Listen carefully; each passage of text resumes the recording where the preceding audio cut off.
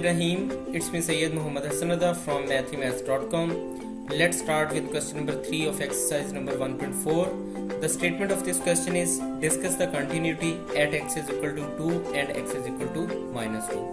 यानी यहाँ पे हमने continuity को find out करना है x is equal to 2 और x is equal to minus 2 पर. तो यहाँ पे जो फंक्शन हमारे पास गिवन है वो कुछ इस तरह से है और इसके अंदर काफ़ी सारी इसकी कंडीशंस हैं. कंडीशन ये है कि यहाँ पे 3x को हम सिर्फ उस टाइम पे लेंगे जब x लेस देन और इक्वल टू माइनस 2 होगा. x के माइनस 1 का फंक्शन उस वक्त हम यूज करेंगे जिस वक्त x लेस देन 2 होगा या ग्रेटर देन माइनस 2 होगा, और f of x is equal to 3 वाला फंक्शन हम उस वक्त यूज करेंगे जिस वक्त x ग्रेटर देन और इक्वल टू प्लस 2 होगा. तो सबसे पहले तो हम यहाँ पे लिमिट फाइंड आउट करते हैं, कंटिन्यूटी फाइंड आउट करते हैं at x is equal to 2. तो कंटिन्यूटी के लिए हम यहाँ पे left hand limit, right hand limit और इक्वल लिमिट फाइंड आउट करते हैं. तो यहाँ पे इसकी लेफ्ट हैंड लिमिट जो होगी वो ये होगी कि limit x approaches to 2 minus का ये मतलब है कि x 2 से कम हो रहा है, x प्लस 2 से रिड्यूस हो रहा है, डिक्लाइन की तरफ है. तो यहाँ पे limit x approaches to 2 minus f of x is equal to आ जाएगा limit x approaches to 2 minus. अब हमने फंक्शन इसमें से वो लेना है जहाँ पे फंक्शन जो फंक्शन यहाँ पे x से जिसमें x 2 से कम हो रहा है तो वो x के माइनस 1 वाला फंक्शन है, क्योंकि यहाँ पे x इज लेस देन 2 है. तो x के माइनस 1 वाला हम फंक्शन यहाँ से ले लेते हैं, ये आ जाएगा x के माइनस 1. अब इसके अंदर हम इस 2 को पुट कर देते हैं x की जगह पे, तो ये आ जाएगा हमारे पास 2 का स्क्वायर माइनस 1. सो ये 2 का स्क्वायर आ जाएगा हमारे पास 4 minus 1 that is equal to 3. इसके बाद यहाँ पे हम दूसरी लिमिट ले लेते हैं कि यानी limit x approaches to 2 plus, यानी कि ये राइट हैंड वाली लिमिट ले लेते हैं. राइट हैंड में क्या होता है कि हमने वो फंक्शन लेना है जो कि जिसमें x 2 से ग्रेटर है. तो वो फंक्शन हमारे पास यहाँ पे f of x is equal to 3 वाला फंक्शन है, क्योंकि यहाँ पे x इज ग्रेटर देन 2 है. तो यहाँ पे ये फंक्शन हमारे पास आ जाएगा limit x approaches to 2 plus, तो यहाँ पे 3. अब क्योंकि यहाँ पे x नहीं है सो इसका आंसर 3 ही आ जाएगा.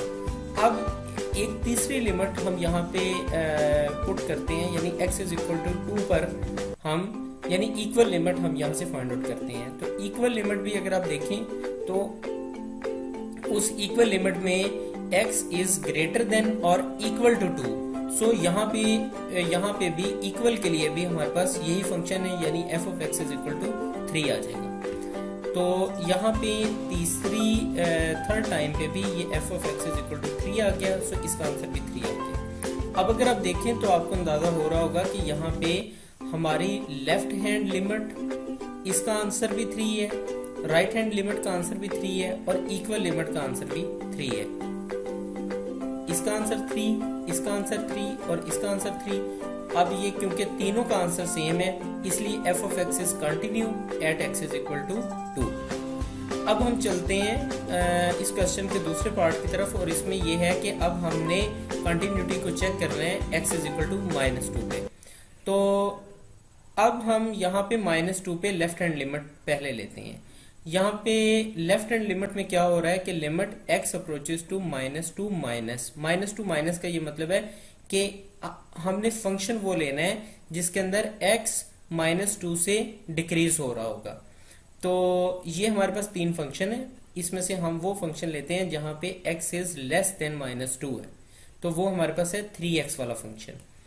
तो हम यहाँ पे ये 3x वाला फंक्शन ले लेते हैं, इसके अंदर x की जगह पे माइनस 2 को पुट किया तो ये हमारे पास माइनस 6 आ गया.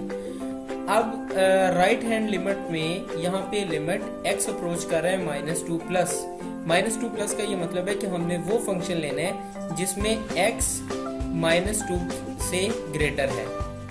तो क्वेश्चन की तरफ चलते हैं. यहाँ पे अगर आप देखें तो हम माइनस 2 से ग्रेटर यानी x स्क्वायर माइनस 1 ये वाला फंक्शन, इसके अंदर कंडीशन ये है कि x इज ग्रेटर देन -2। सो हम इसमें ये वाला फंक्शन ले लेंगे, यानी x² -1 वाला। तो ये हमारे पास आ जाएगा x² -1 वाला, ये फंक्शन हमने ले लिया। इसमें लिमिट x अप्रोच कर रहा है -2 प्लस, तो यहाँ पे -2 इस में हमने यहाँ पे पुट किया, ये आ जाएगा -2² -1। ये -2 का स्क्वायर हमारे पास +4 आ गया, 4 - 1 = 3 आ जाएगा। तो यहाँ पे limit x approaches to -2 plus, यानी कि राइट हैंड लिमिट का आंसर हमारे पास यहाँ पे +3 आ गया। इसके बाद हमने यानी कि यहाँ पे दो लिमिट्स ले ली, एक माइनस वाली एक प्लस वाली, दोनों लिमिट्स हमने यहाँ पे ले ली। अब हम इक्वल लिमिट भी यहाँ पे फाइंड आउट कर लेते हैं। पहली चीज तो यहाँ पे ये है कि दोनों लिमिट्स ही एक दूसरे के इक्वल नहीं है, यानी लेफ्ट लिमिट और राइट लिमिट एक दूसरे के बराबर नहीं है। तो यहीं पे ये चीज हमें पता चल रही है कि ये फंक्शन इज डिसकंटिन्यूड, ये फंक्शन कंटिन्यू नहीं है। इसके साथ ही ये क्वेश्चन कंप्लीट हो गया। अगर आपको इसमें कोई कंफ्यूजन है तो आप हमसे कांटेक्ट करें। हमारा यूट्यूब का चैनल अवेलेबल है, आप उसे सब्सक्राइब करें ताकि हमारी लेटेस्ट वीडियोस और अपडेट्स आपको मिलती रहें। Thanks for watching mathemaths.com।